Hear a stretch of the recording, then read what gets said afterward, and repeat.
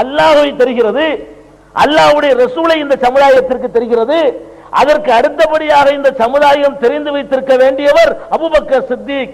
பெருமானார் ஸல்லல்லாஹு அலைஹி வஸல்லம் அவர்களுக்கு உற்ற தோழராக இருந்தவர், ஆரம்ப காலத்திலே இஸ்லாத்தை ஏற்றுக்கொண்டவர், ஏற்றுக்கொண்டதற்காக தன்னுடைய சொத்துக்களை எல்லாம் இழந்தவர், ஹிஜ்ரத் என்ற புனித பயணத்தின் போது பக்கபலமாக நின்றவர், குகையிலே அவரோடு சேர்ந்து தங்கி இருந்தவர், பெருமானார் ஸல்லல்லாஹு அலைஹி வஸல்லம் அவர்களுக்காக தன்னுடைய சொத்துக்கள் முழுவதையுமே அர்ப்பணித்தவர், அவர்களுடைய மரணத்திற்கு பிறகு இந்த மார்க்கத்தை கட்டி காத்தவர் என்றெல்லாம் அபூபக்கர் ரலியல்லாஹு தஆலா அன்ஹு அவர்களுக்கு சிறப்பு இருக்கிறது.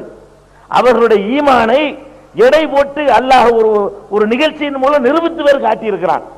எப்படி அவருடைய ஈமான் வலிமையானது? அல்லாஹ் ஒரு நிகழ்ச்சியின் மூலமாக நமக்கு கண் முன்னாடி காட்டி இருக்கிறான். எப்படி காட்டுறான்? நபிகள் நாயகம் ஸல்லல்லாஹு அலைஹி வஸல்லம் அவர்கள் மரணித்து விடுகிறார்கள். மரணித்த உடனே பெரும்பாலான சஹாபாக்கள் நபிகள் நாயகம் மரணிக்கவில்லை பேசிக்கிறாங்க. நபிகள் நாயகம் ஸல்லல்லாஹு அலைஹி வஸல்லம் அவர்கள் இறந்து கிடக்கிறாங்க. அவங்களுடைய புனிதமான உடல் அங்கே கிடத்தப்பட்டிருக்கிறது.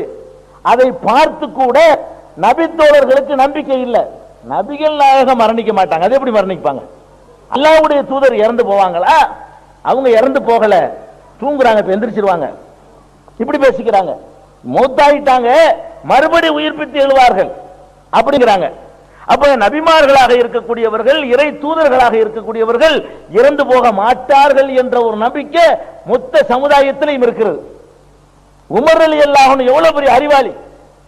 பெருமானார் ஸல்லல்லாஹு அலைஹி வஸல்லம் பாராட்டுகிறார்கள், இன்னல்லாஹ லா யன்திகு அலா லிசானி உமர், உமருடைய நாவில் அல்லாஹ் பேசுகிறான். எப்படிப்பட்ட நற்சான்று என்று பாருங்கள். உமருடைய நாவிலே அல்லாஹ் பேசுகிறான் என்று பெருமானார் ஸல்லல்லாஹு அலைஹி வஸல்லம்